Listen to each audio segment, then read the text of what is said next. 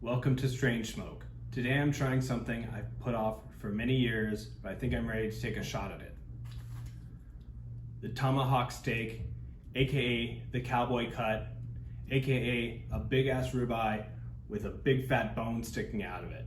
And remember, if you enjoy this cook, like my video and follow this channel. I'll first be smoking this at a low temp on my pellet grill and then doing a reverse sear on my gas grill. The cut is about 2 1/4 pounds, and it's actually about 2 1/4 inches thick. I'm using McCormick's Grill Mates Montreal seasoning. This is my go-to steak seasoning. All the spices are very coarse, so it gives the food a lot of texture. It's also got a nice little variety of flavor in it. As you see, I'm going pretty aggressive all over the place. I usually get a much bigger container of the Montreal seasoning, but this is the only thing they have at the store. I'll put a link in the description if you want to purchase. I do highly recommend it. So let me back up a little bit. As you see, I'm seasoning the steak on a grate. The reason for that is this is going to be a 24-hour dry brine, and you need the grate for the steak to kind of aerate. What this does is it kind of lets the steak dry out a little bit on the surface. It makes it sear easier, makes the fat render better. Also, the dryness will suck more seasoning into the steak. Often people just use salt to dry brine. I've found that it's worked just as well, if not better, to use the full seasoning in a dry brine as opposed to just salt. And into the fridge it goes for 24 hours. Here we are after the 24-hour dry brine. I kind of woke up in the morning and decided to cover this thing in a lot of smoked paprika on impulse. I also wrapped the bone in aluminum foil for better handling. And we're tossing it on the smoker.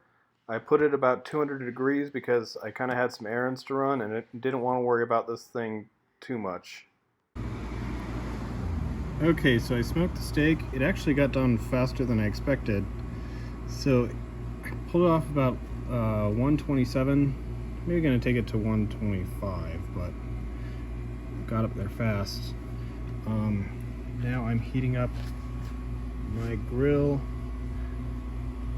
trying to get it as hot as I can.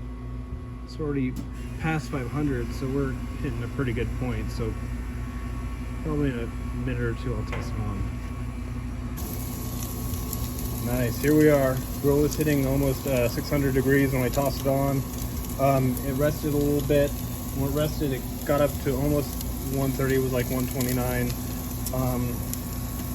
I'm just gonna flip it every couple minutes until it's nice and well seared.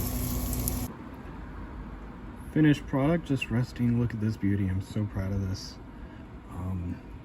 Like once I got it on the smoker and then on the grill, I don't think I've had a more successful cook. I mean, it was without instant. I had a little burn in the smoker early on, but this is perfect. I'm so happy. Okay, after resting, we're cutting this thing up. Please don't make fun of my electric knife or my inferior cutting skills. But yeah, I was pretty proud of how this all came out. Some of the pieces were on the little bit on the medium side, but for the most part it was medium rare, especially like eating after the fact. It was definitely very juicy and tender and perfectly cooked to my liking. It looked medium but tasted more on the medium rare side. While I was really happy with the final product, I would say instead of doing this meat again, I'd probably just go for a tri-tip. This tasted a lot like a tri-tip with the thickness, but you know, with a tri-tip you're not paying for the giant bone, which is kind of more novelty. Hey, what are you doing with that bone?